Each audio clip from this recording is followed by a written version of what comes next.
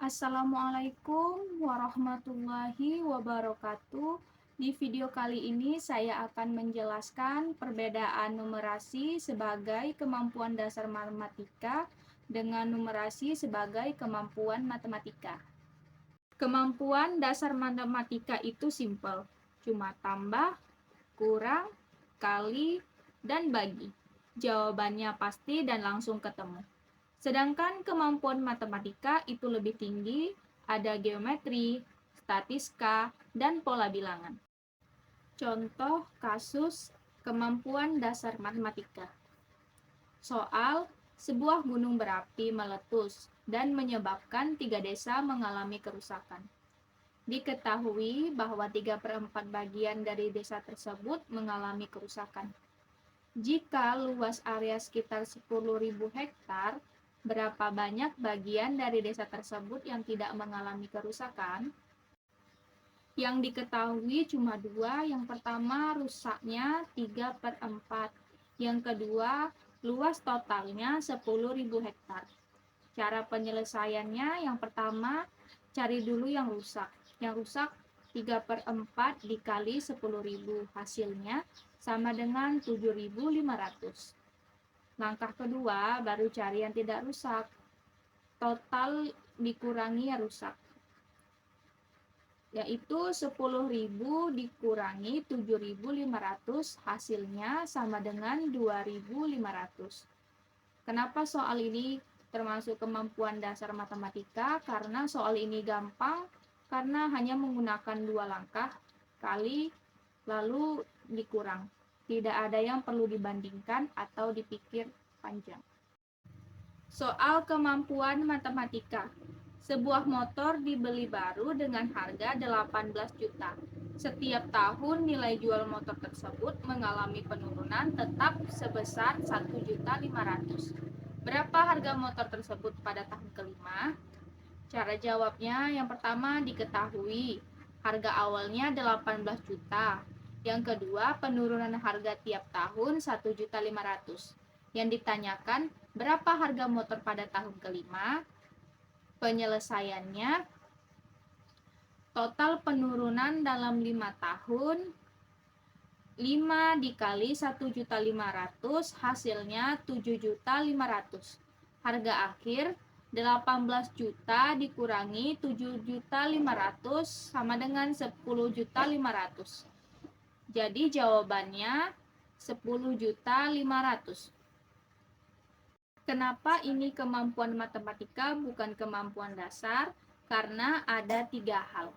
Yang pertama, bukan sekali hitung. Penurunan harga berulang tiap tahun, harus dikali dulu 5 kali. Yang kedua, ini pola bilangan. Soal minta prediksi harga di masa depan, bukan hanya hitung angka yang sudah ada. Yang ketiga, butuh kita pikirkan dulu sebelum menghitung, harus paham polanya dulu, baru bisa menyusun perhitungan. Beda dengan soal gunung meletus yang datanya langsung dan tidak ada polanya. Selanjutnya, saya akan menjelaskan tentang tuntunan numerasi. Kita akan belajar cara melihat pelajaran mana yang punya potensi numerasi kuat. Ini penting agar kita bisa selipkan numerasi, bukan cuma di pelajaran matematika saja. Tidak semua pelajaran punya numerasi yang sama kuatnya. Ada yang kuat dan juga ada yang lemah. Tapi ini bukan soal pelajarannya, ini soal cara kita merancang kegiatannya. Jadi pelajaran yang kelihatan lemah numerasinya bisa saja jadi kuat, asal kegiatannya dirancang dengan tepat. Jadi pelajaran yang kelihatannya lemah numerasinya bisa jadi kuat, asal kegiatannya dirancang dengan tepat. Contoh kasus, contohnya di pelajaran seni rupa. Muridnya diminta membuat gambar menggunakan garis, bentuk, dan warna. Ada 2 guru dengan cara mengajar yang berbeda. Yang pertama, Bu Desi. Bu Desi minta muridnya meniru gambar contoh, lalu mewarnainya. Coba kita perhatikan, ada numerasinya tidak di sini? Hampir tidak ada. Muridnya cuma meniru dan mewarnai, tidak ada hitungan sama sekali. Yang kedua ada Pak Budiman. Pak Budiman punya cara yang berbeda. Muridnya diminta pakai bangun geometri, segitiga, segi empat, dan bentuk lainnya.